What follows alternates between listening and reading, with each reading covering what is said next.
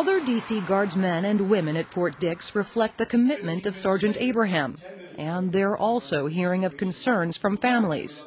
They're against me going, but at the same time, they're real supportive of what I have to do. They just want me, hurry up, do what I have to do, and come on back home. I joined it, knowing that something could come up. I got out once before. I joined back up. If I didn't want to go, I shouldn't have joined back up the second time, so. It makes it very hard. I have a 1-year-old son at home, and I would really like to be there for Christmas. It's a job we all have to do. It doesn't matter what time of the year it is. And I think once we all have joined the military, whether Army, whether a National Guard or regular Army, sometime we can get called to serve our country. It has been kind of difficult to make that transition from, okay, citizen soldier to, okay, now I'm soldier full time.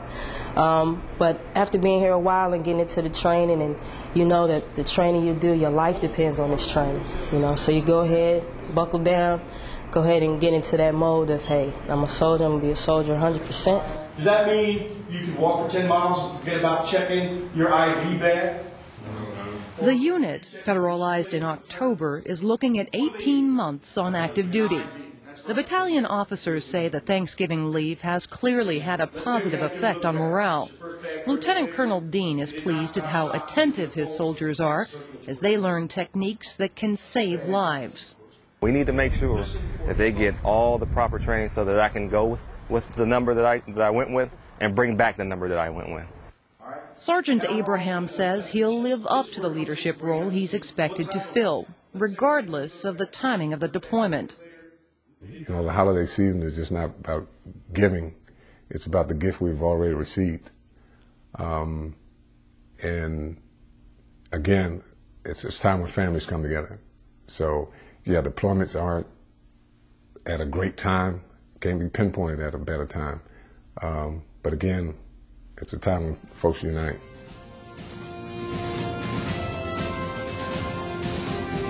Still to come, not home for the holidays in 1944, a moment of magic in the midst of the biggest land battle of World War II.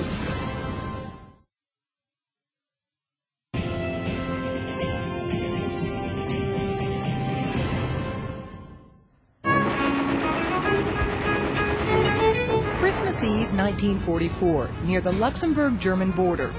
8 days into the Battle of the Bulge, over 1 million soldiers from both sides engaged in a life-and-death struggle for the future of Europe.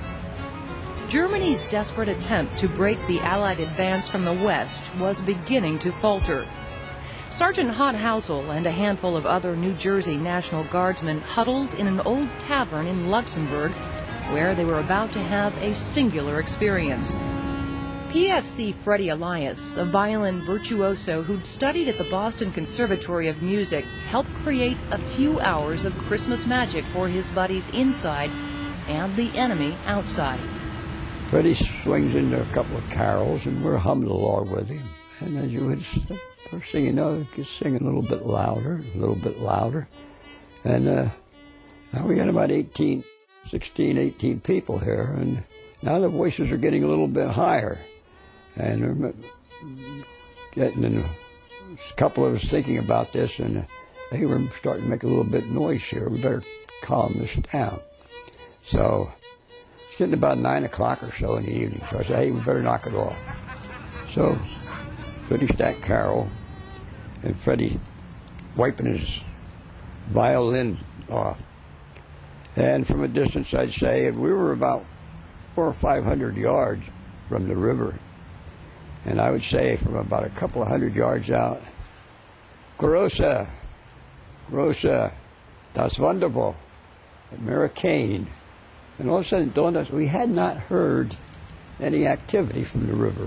This did tell us one thing, that yes, there were Germans on our side of the river, and we could hear all these voices raised aside. More and more. So Freddie starts off Silent Night, which you know is a German carol, Stille Nacht.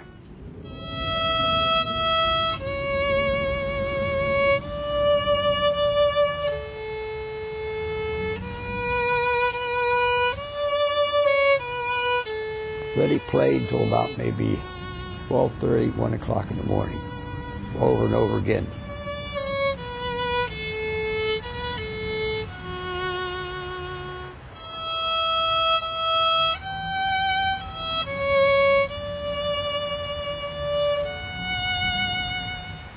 Finally, about 12:30 or so, a little after midnight, Christmas Day, they better knock this off and get some rest, things like that.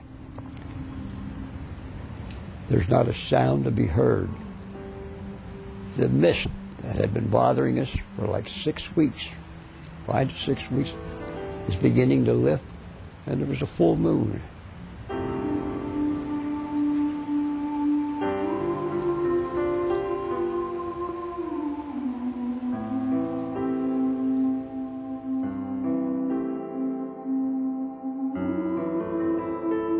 About 5 o'clock, 5:30 in the morning, starts getting light, and Christmas Day dawns bright and early.